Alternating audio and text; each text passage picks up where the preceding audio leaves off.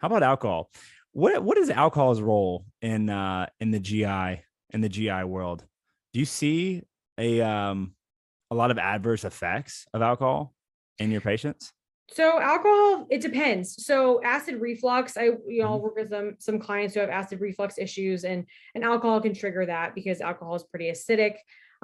It also can loosen the esophageal sphincter, which is like, so basically like your esophagus is like a tube. At the bottom of the tube, it connects to your stomach. It's supposed to stay the sphincter is supposed to stay closed. With alcohol, it kind of like relaxes and gets loose. So that can cause reflux symptoms. So for my acid reflux or GERD clients, alcohol can definitely be a trigger.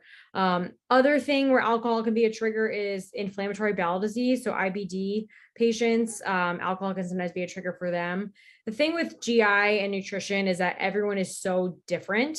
So what's a trigger for me might not be a trigger for you, or vice versa. So that's why working with a dietitian or working with someone to figure out what your individual triggers are is important.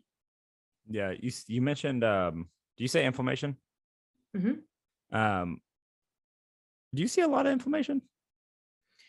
So in the GI world, yes, because inflammatory bowel diseases, that's kind of that's an autoimmune disorder that Mhm. where your intestines kind of attack itself, so to speak, for lack of better terms. So yes, there's definitely inflammation there. Yeah, I've never heard of GERD. I don't know what that is, and I've also never heard of I. You said IBD.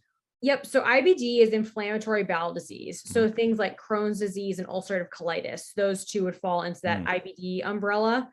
And that is inflammation, is what that is. It's inflammatory bowel disease. So that's inflammation of the GI tract. So Crohn's is inflammation of the entire GI tract from the mouth all the way down to the rectum, whereas the ulcerative colitis is just localized to the colon.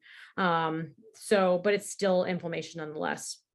And And how? then No, go ahead. GERD is gastroesophageal reflux disease. So acid reflux, basically. And there's Um, inflammation there as well. that it's just called GERD. Mhm. Yeah. Oh, I've never heard that in my life. I've always just Yep. heard acid reflux. Yep. Wow. Is there a high prevalence of those? Like, do they also come together? Like, are they a unit, or do you usually only have one of those? So some people who have IBD can have GERD or acid reflux. But it's not necessarily like a deemed, if you have one, you're going to have the other. I would say it's definitely more common to have GERD than it is to have IBD.